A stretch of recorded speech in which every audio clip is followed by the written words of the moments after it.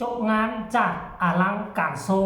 มุ่งหน้าต่อทีระเบียบวาทศิลป์ในค่ำคืนนี้คิวแรกพบกับน้องธิดาลาวอาจจะได้ห้องเพลงหอบฝันข้ามโขงให้ FC แฟนคลับได้ฟังกันแน่นอนทักทายสบายดี FC ทุกทานมาพบมาพ่อกันอีกแล้วพบพ่อกันคลิปนี้หน้าตายิ้มแย้มแจ่มใสหาก็กินข้าวอิ่มท่านผู้ชมน้ำกันยังบ่ทันได้กินซ้ำเห็นคลิปเห็นข่าวเห็นข้อมูลข่าวสารนี้ติ่งน้อยหนึ่งบ่ได้เห็นการเคลื่อนไหวของธิดาลาวฮีบแลนเข้ามาเห็นข่าวย่าน FC แฟนคลับสิตกข่าวพวกเจ้าฮู้บ่น้องธิดาลาวมื้อนี้วันที่28เดินทางไปถึงสำนักงานของวงระเบียบวาทศิลป์เป็นที่เรียบร้อยแล้วเอากระเช้าเอากระตาไปมอบให้กับพอเอกเป็นที่สำเร็จเสร็จสิ้นพวกเจ้าฮู้บ่ว่างานครั้งนี้มันเกิดขึ้นย้อนไผบ่แม่นว่าย้อนเบาผู้สีเวไลไปซอกงานหาลูกซอกกันหาลูกบ่ได้บ่แม่นไดพอเอกเจ้าของวงระเบียบวาทศิลป์ติดต่อเข้ามาจองคิวงานของน้องธิดาลาวด้วยตนเองมหัศจรรย์บ่ระดับบรมครูแห่งวงการหมอลำสายตาเฉียบแหลมมองการไกลเห็นอนาคตว่าเด็กคนนี้จะมาสร้างกระแสในวันเปิดฤดูกาลของวงระเบียบวาทศิลป์แน่นอนกิ้งก้างหากับอาจารย์ภูตกลงกันปัจจุบันนี้เดินทางไปฮอดพร้อมเอากระเช้าแบรนด์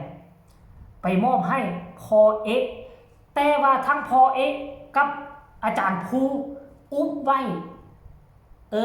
คืออยากเซอร์ไพรส์น้องนะว่ามาอวยพรทางวงระเบียบซื่อๆอาจจะบ่ได้ขึ้นเพราะว่าศิลปินรับเชิญทางวงระเบียบเขามีหลายว่าซันเดแล้วทั้งพอเอกกะลิ้นบทบาทได้สมจริงสมจังได้เดี๋ยวจะไปอ่านสู่ฟังเด้อเมื่อ1 ชั่วโมงที่ผ่านมานี่ทั้งอาจารย์ผู้ได้ออกมาเคลื่อนไหวว่าลุงถามว่าผู้น้อยๆนี่มาเฮ็ดหยังธิดาลาวตอบว่าหนูมาเถียงขึ้นเวทีระเบียบค่ะเข้าใจบ่ภาษาลาวมาเถียงก็คือว่ามาต่อว่าและสิให้ขึ้นบ่ให้ขึ้นก็สิเถียงขึ้นนะทะเลาะขึ้นนะว่าสินะเพิ่นบอกว่าหนูมาเถียงขึ้นเวทีระเบียบค่ะว่าซั่นเด้เท่านั้นล่ะหาเลยว่าซั่นพ่อหัวอักว่าซั่นเด้พ่ออำน้องไว้ก่อนมาถึงว่านักห้องมาเยอะบ่ฮู้สิมีคิวให้บ่ว่าซั่นเด้ขอบคุณพี่พี่ชายที่ตุ้มน้องตุ้มลูกตุ้มหลานเสมอมาครับว่าซั่นเด้คืนนี้ธิดาลาวคิวแรกไผอยู่หน้าเวทีไปจับมือคนน้อยแนเดอร์ครับท่านผู้ชม FC แฟนคลับคิวแรกนี่หมายความว่าจังไดพอแต่เปิดการแสดงปุ๊บก็จะได้เห็นกลุ่มของน้องธิดาลาวออกไปแสดงได้แสดงไปเรียบร้อยแล้วกะสิมีเวลาไปพักผ่อนซึ่งมันแตกต่างจากเมื่อคืนนี้ทั้งวงน้องไม่เสียงวิหกยกสูงถือว่าเป็นแม่เล็กที่สำคัญต้องเอาไว้เด็กๆจึงปล่อยออกคันปล่อยน้องอายกับน้องธิดาลาวออกคิวแรกโอ้ยเดี๋ยวซุ่มผู้เฒ่านางอยู่หั่นน่ะได้ส้มทั้ง2คนนี่แหละกับพากันหนีแล้วผลสุดท้ายก็เด็กๆมาก็บ่มีคนสิเบิ่งได้กักอายกับน้องธิดาลาวเอาไว้ให้คนทั่วไปคืนไปก่อนเด็กๆมาจึงปล่อยเอาซุปเปอร์สตาร์ออกทางผู้ชม4แฟนคลับแต่ว่างานนี้ซุปเปอร์สตาร์ทั้งระเบียบมีหลายแล้วก็ศิลปินรับเชิญก็หลายงานนี้ก็เลยปล่อยให้น้องธิดาลาวออกคิวแรกแล้วก็จะมีโอกาสได้ไปสัมผัสหน้าเวทีอยู่ได้บ่ว่าพอผู้สิพาเพิ่นไปบ่หลังจากที่ตนเองเคยขึ้นเวทีใหญ่แล้วลองไปสัมผัสหน้าเวทีเบิ่งว่ามันจะมีความรู้สึกคือแนวใดท่านผู้ชม FC แฟนคลับเหนือสิ่งอื่นใดที่ค่อยดีอกดีใจคือพอแล้วติดต่อมาจ้างเองกับมือนะจ้างด้วยตนเองนี่นะนั่นหมายความว่าธิดาลาวนี่บ่ธรรมดาเด้แต่เบิ่งสีหน้าท่าทางเบิ่งห้อยยิ่งไหมยิ่งแค่จกหัวคือกันเป๊ะเลยธิดาลาวกับพอเราว่าเป็นแบบนั้นเฮ้ยบังเอิญบ่ พ่อเอ๊ะก็ยิ้มหัวสิธิดาลาวก็ยิ้มพ่อเอ๊ะก็กอดโอ้ยเห็นแล้วค่อยรู้สึกซาบซึ้งใจแทนเบาภูศรีวิไลเด้มีลูกกับลูกค่ำลูกคูณคนพากันหักคนพากันหอมเบาภูเอ้ยก็บ่ฮู้ว่าเบาภูมีลูกจักคนคือสิมีลูกชายคนเดียวบ่คันถ้ากรณีว่าเบาภูมีลูกชายคนเดียวและก็เป็นลูกคนเดียวนั่นคือน้องธิดาลาวคือบุญล้นทับโชคดีที่ได้มาเป็นลูกสาวแล้วก็มาคู่กับอ้ายเพิ่นซื้ออ้ายมังกรเป็นชายหนึ่งหญิงหนึ่งเป็นครอบครัวที่สมบูรณ์แบบที่สุดและค่อยเชื่อว่า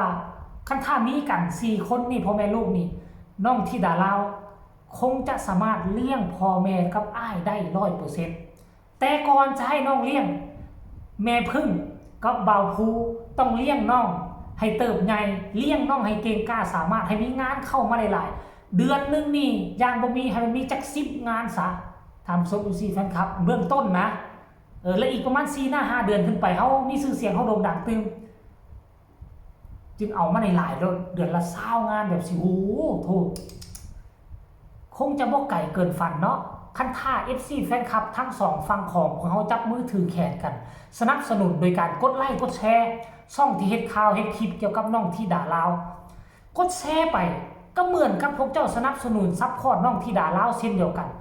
คันท่าพวกเจ้าสิไปคิดว่าโอ้คันสิซัพพอร์ตก็มีแต่โอนมาไล่ไปให้โอนมาไล่ไปให้มีแต่โอนมาไล่ไปให้คันบ่มีคนนำเสนอข่าวคันบ่มีคนประกาศข่าวน้องก็บ่โด่งบ่ดังคือเก่าเพราะฉะนั้นแล้วมันต้องไปนำกันผู้โอนมาไล่ก็โอนไปผู้เฮ็ดข่าวเฮ็ดคลิปก็เฮ็ดไปหน้าที่พ่อแม่ FC แฟนคลับก็แชร์ไปมันช่วยกัน